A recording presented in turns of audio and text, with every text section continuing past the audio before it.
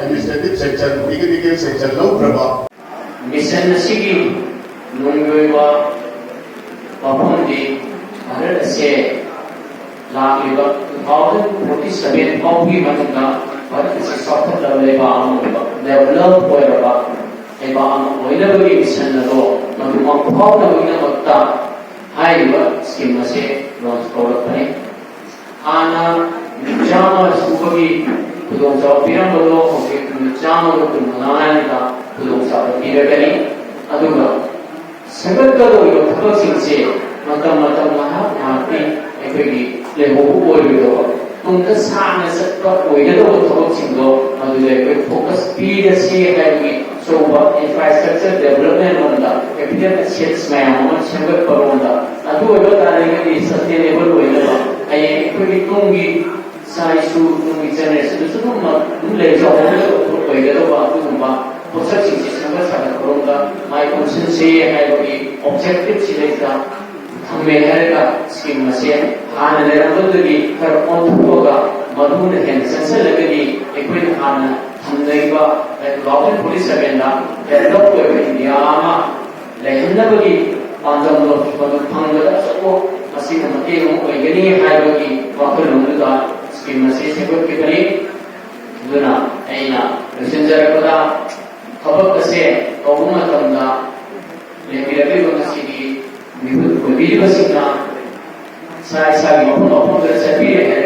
खबर से कौमा तमना खजितम हवाई हसान यावना मसे ऐगी नमता ऐगी कुंगी नमता ऐगी लेकाई नमता ऐगी लेबा की नमता सितुंगी को होगो को है बाथलो नदना मां थाबी हैगा मनुष्य का बिरकदी ऐगी कुंजे ऐगी लेकाई सिना मैंने हेंगरी है वाकर लोग थंबी रहेगा मधु मायना लेकर कोई अपना हमारी डिस्ट्रिक्ट में ब्लॉक तो वाला की सीएट में और की ब्लॉक अपन तो भारत से ब्लॉक तो ये है मुझे वो गवर्नमेंट पूरी समय से असली मामा लोग है उसलिए है अगर असुमुबा वाकर लोग से मैं अपना से नजर भी रहेगा टाइपा इसकी मसीह को मैं पाऊं तो मुझे व्यू है वो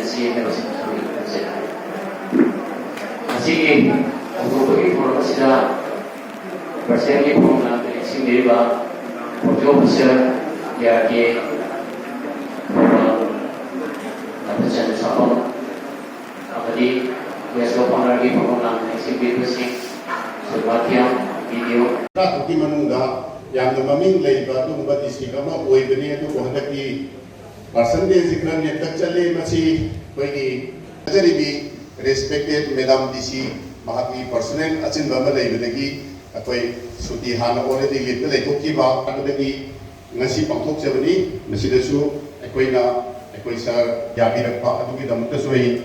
hakat badu pangthok chari loinana akoi gi biramba akoi sar DPC su akoi out of station na ba hoji yam aruba kusel jangchara madalai MG NRAGS तकी यामना चमम दबा आदि हाना चुम नॉर्मल के सलम बंदे की कमो कोई के लिसिंग और कुम दोइले दे मसी दुकान होनी लेकोरी मसी करी नो है कांदा कोई हाना एडमिनिस्ट्रेटिव सेक्शन टेक्निकल सेक्शन लो प्रभा यादे थोबालु आहार बमकदा सुंजर लांजरी बकी माइकै देगी तराम नो ओक्सरी नोइनो इकोक नजरी मथंगा प्रेसिडेंट की फमफम दलेंसिन बिदिबा कोई तामो छापम Nabachandra Singh project officer RDNPR Thoubal बसु मतम साना लेकी रखना अकोई DPG रामजी सिबु मयाम न खंगन बिगनी हाइदना प्रोग्राम की मखा सथर कोइदा क्वांट present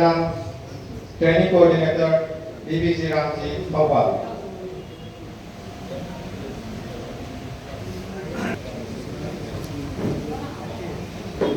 ngasi Julai di tang ani so election counting board asida pangthok jariba district jan sammelan kam launching of PBG Ramji Pawal loina na Yesu Singh adugai ki nungsijaraba MG NRG matangda aikoi ngasi program asi All India wise pangtok jabane district ni makasai marpu mari oyam to ngara haibe nungsi estimate sabi ka taragati kusum manche lupa 3 sabiro hanana